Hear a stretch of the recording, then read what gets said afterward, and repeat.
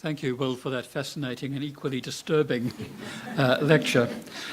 Earlier this year, I had to write an article on the Christian theology of providence with regard to the Anthropocene, and now I know why it was the most difficult thing I've ever had to write in my life and really struggled with it. There must be plenty of questions, and although I have a whole handful myself, we have a limit to our time, so I'm going to throw it open to anyone who might like to pose a question first. Richard. A couple of questions, if I may, Professor. Sure. Thank you very much.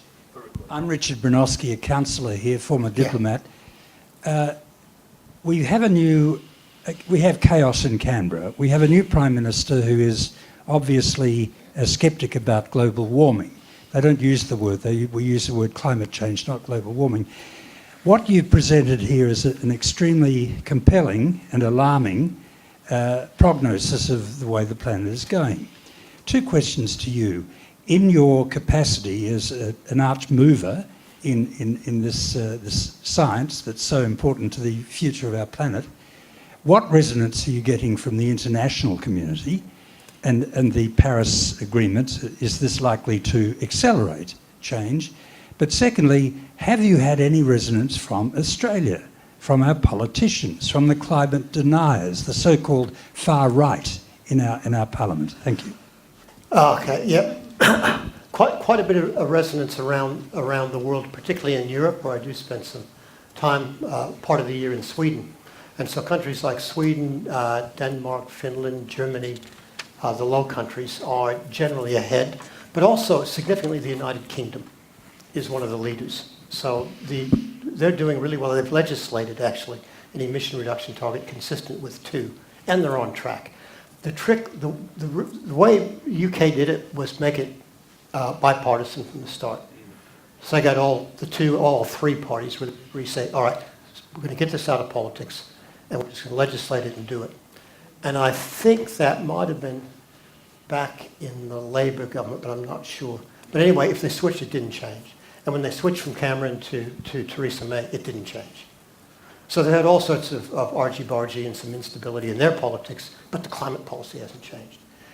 We came really close. I was actually science advisor to the Australian government, starting with the Howard government, on climate change.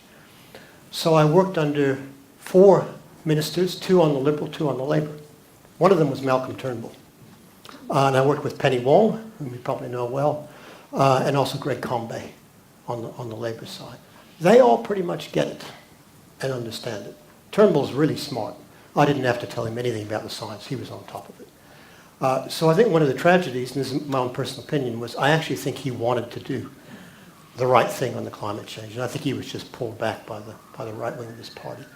We narrowly missed, of course, getting a bipartisan approach when Kevin Rudd came in and Turnbull was leader of the opposition. He wanted to work together on a carbon pricing system. We all know the history. And so, unfortunately, in Australia, compared to most of the rest of the world, we've gone down the wrong path. You could argue maybe that was inevitable given a huge fossil fuel industry here and in America, where they've also had a lot of trouble. But we also share similar things with America. There's a huge amount of subnational action in America. Midwest on wind, California on solar. Same in Australia. We've got enormous resources. I mean, Canberra's amazing, not for the federal politics, but for the local. We're going to be 100% renewable in a year and a half. All the contracts are signed, wind, solar together. And we're going to have some of the lowest electricity prices because we've rode the cost curve down. That was fought, by the way, by Treasury and the ACT because they were horrified by what it might cost. Now they're happy as anything because we came in way under budget. So now we went to them and said, we want to be completely carbon neutral by 2045. Transport, built infrastructure, the lot. Waste, shot through Treasury, not a problem. It's not legislating. So it shows you that they're human tipping points. So people say, aren't you so depressed? Well, it can be really depressing. But you can move fast, and there are human tipping points. And I think we're already there on energy. It's only ideology that's holding us back.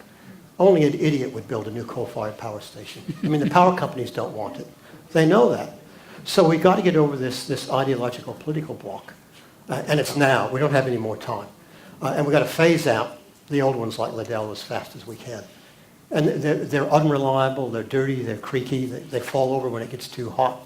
Renewables are far more reliable. So I think we're close to a tipping point. I mean, it's interesting when a complex system is approaching a real tipping point, phase shift, it becomes erratic. That happens in natural systems. Look at our political system at the federal level. It's really erratic now, unpredictable. But for me, that's sort of positive. It's going to open up opportunities as it falls over. Yes, yes. Very optimistic. Yeah, for someone who lives in Canberra, that's true. Hi. I thought I might just offer a different representation of that triple bottom line, because we've now moved past that, where, you know, triple bottom line is kind of like this diagram where you're trying to operate in that Goldilocks zone in the middle of all three. But now there's a recognition that we need to shrink the place of markets.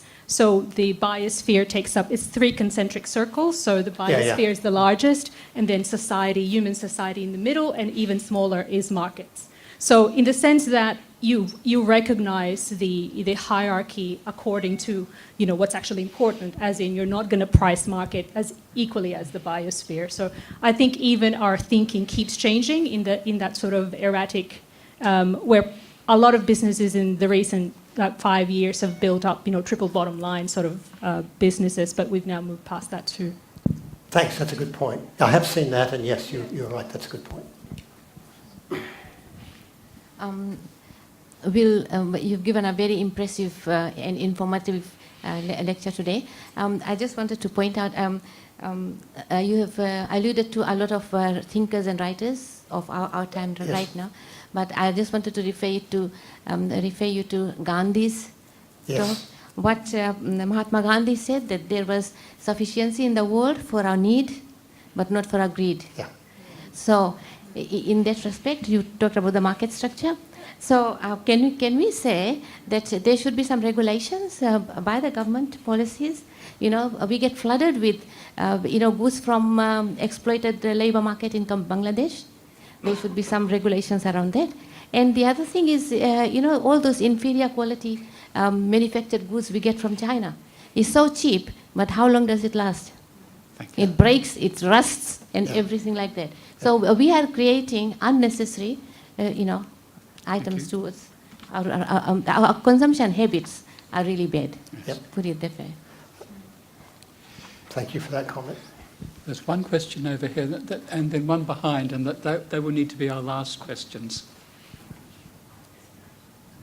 Hi, I just have a question on sort of daily actions that you can take as a consumer, but there's a tiny bit of awareness and education around what you could do, but not enough. So I'd like to understand a bit more about what you do sort of on a day-to-day basis on your side, and what action people can take. Okay, the most important thing to recognize here is we're trying to change a big system. So it's a system-level problem. So ultimately, it's a collective action problem. So I'm telling everyone, don't turn off on politics as ugly as it looks.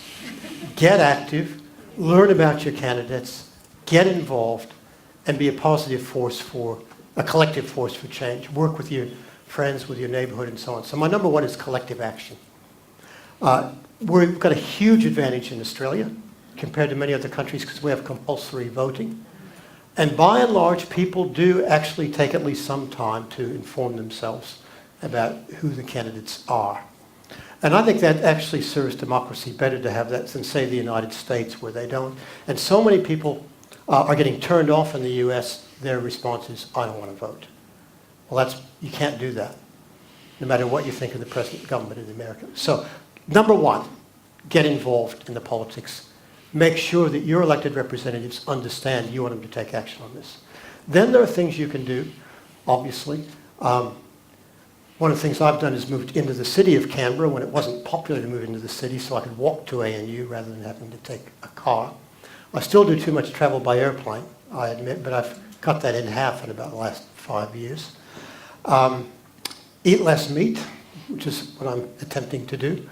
But talk to friends and neighbors about this in a friendly way. I don't give them a lecture like this. They kick me out of the house. But chat about this is something you should talk about. And actually, I do talk to farmers who are politically absolutely the opposite of me, but we can sit down over a glass of red wine and talk about it because You know, they're saying, oh, we haven't seen this for a long time. I say, well, you know, there might be a reason for this, and we start chatting about it. Those are things you can do. Yes. Last one? So, just completely different question. I was interested in what you think actually happened in 1950. So, Yeah, good question. I wanted it myself, and then some social scientists and historians came along and said, you idiots from the natural science, you never read our papers. We already knew this stuff. You've just confirmed it. And there's a really good historian named John McNeill from the US. And he wrote a book published in 2000, same year, I think, as Crutzen came out. It's called Something New Under the Sun. And interestingly, it wasn't the technologies, it was the institutions. Because the two world wars and the Depression broke down all the old vestiges of feudal institutions in the Western world, the old kingdoms and so on.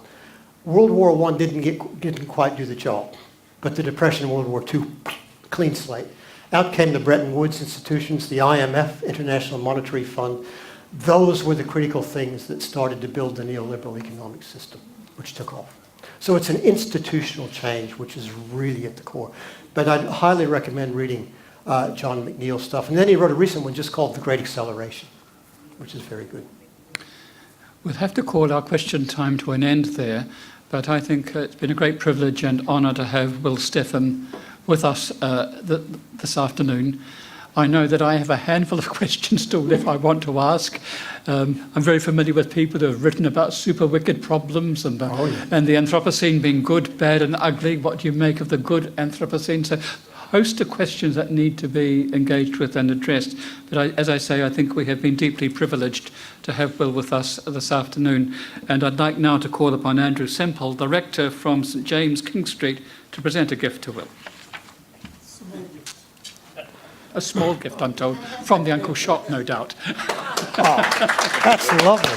Thank you very much. Thank you. Thank you very much. And also, I think that I now call upon Ahmet Alpolat, Executive Director of Affinity, to present the concluding remarks.